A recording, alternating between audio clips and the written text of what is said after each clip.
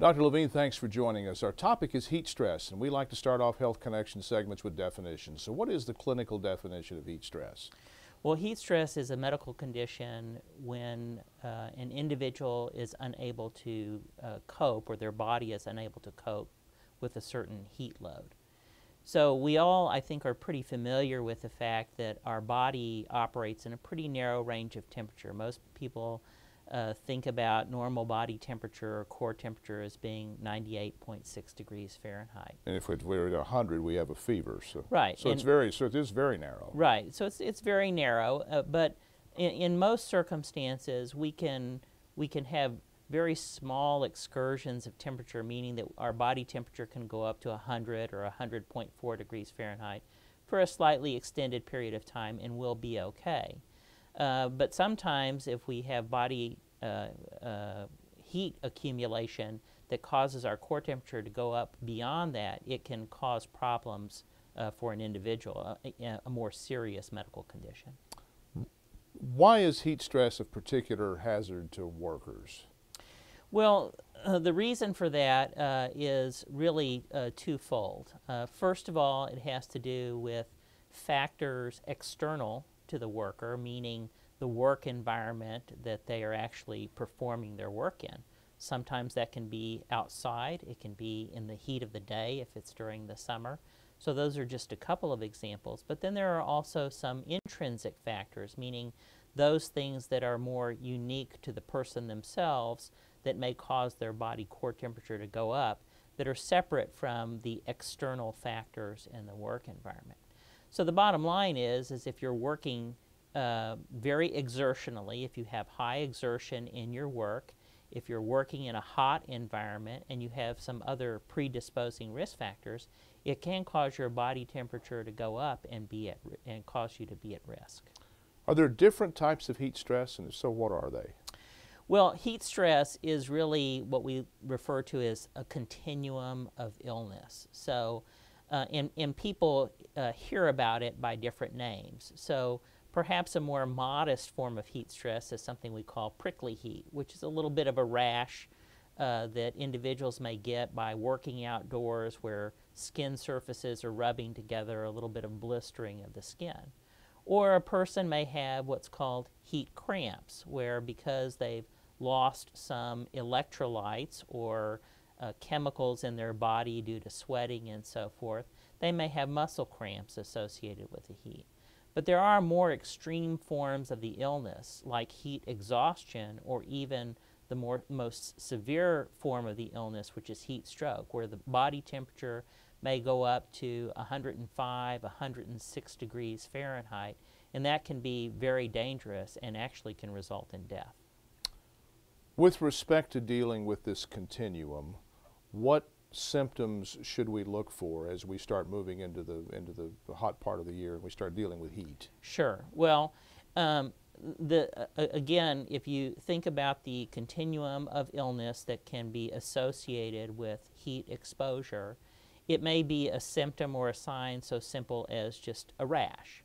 But as people develop, or muscle cramps as another example, but as people develop more severe heat stress, they may begin to have symptoms like nausea and vomiting and maybe a little lightheadedness or even some giddiness where the condition is getting more extreme. Probably the most significant sign of more severe illness is when people begin to become disoriented or confused. That's a very ominous sign, and really, whether you're in the work environment or not, should be paid very close attention to. You said the work environment. What types of work put individuals more at risk for heat stress? Well, the types of work that can cause heat stress constitute a very good question. So naturally, during the hottest time of year, during the summer months, work that takes place outdoors, so construction work, road work, for example, can put people at risk of developing heat stress. But there are many indoor environments where people are working in a very where they're exerting themselves a great deal, which means that they're generating a lot of internal body heat, but at the same time they're working in high heat environments. A foundry might be a good example of that. Or in environments where they may have to wear personal protective equipment, like some sort of a heavy clothing that's occlusive or something of that nature, again, that causes them to retain heat while they're also generating a fair amount of heat. Are some individuals more at risk for heat stress than others? There are. Women have a tendency to be at a little bit greater risk. Certainly, women early during pregnancy may be more susceptible to heat stress. Overweight individuals have a tendency to be more susceptible to heat stress. Individuals on certain kinds of medications may be predisposed. Individuals who use illicit drugs or a lot of alcohol consumption may be predisposed to heat stress. So there are really a number of factors. Those are just a few. Heat stress has been linked to work-related injuries. What is the connection? Well, there are two parts to the connection which links injury from heat exposure at work. First of all, we know that a lot of that is due to heat generation during work activity. And heat can result in more rapid muscle fatigue.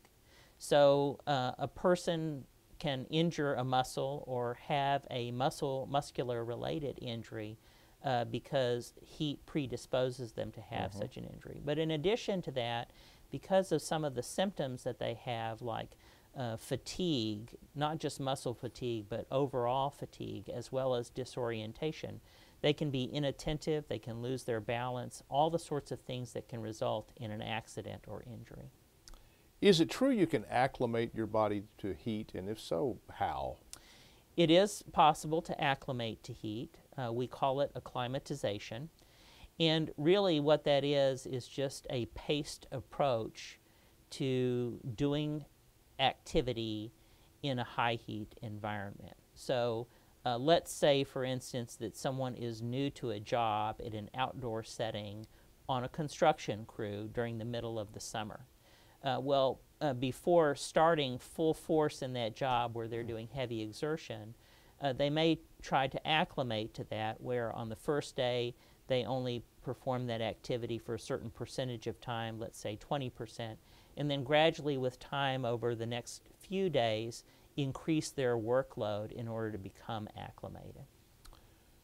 How do you protect yourself from heat stress?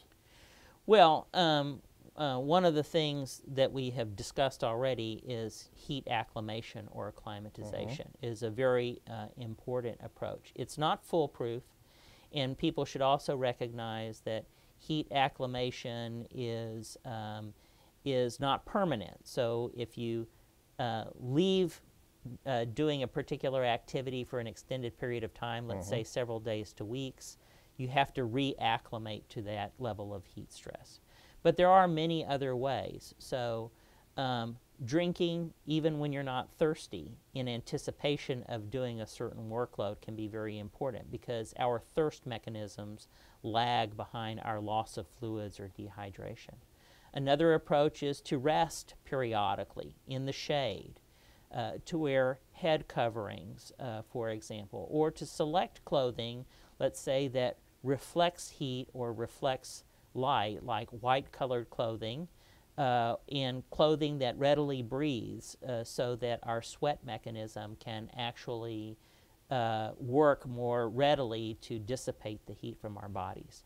So again, acclimation, fluid replacement, rest, shade, proper clothing, and most importantly, knowledge about the risk of heat stress can be all very important in protecting yourself. You mentioned fluid replacement. What about the sports drinks, the one we know as Gatorade? But what about drinks like that? Right. Well, sports drinks are fully acceptable. First of all, it's important not to necessarily go after the high energy beverages. Certainly the kinds of things that can be caffeinated. because caffeine increases your risk of heat stress, something I didn't really mention earlier. But sports drinks that are balanced drinks, that are electrolyte balanced drinks, not to name anyone in particular, but I think we are all familiar with what some of those are good because they do help replace both fluid and some of the electrolyte losses. But one of the most important reasons that they're very good is because they're much more attractive to drink. People, certainly in the work setting, will more readily drink something that is flavored or that is like a sports drink, even when they're not thirsty, than they are just to drink plain water. So there are a lot of advantages to doing that. That said, we don't necessarily encourage other kinds of electrolyte replacement like salt tablets and that sort of thing. There's not really good evidence to show that there is a need to actually do that. Very well. Doctor, thanks very much for your time. My pleasure.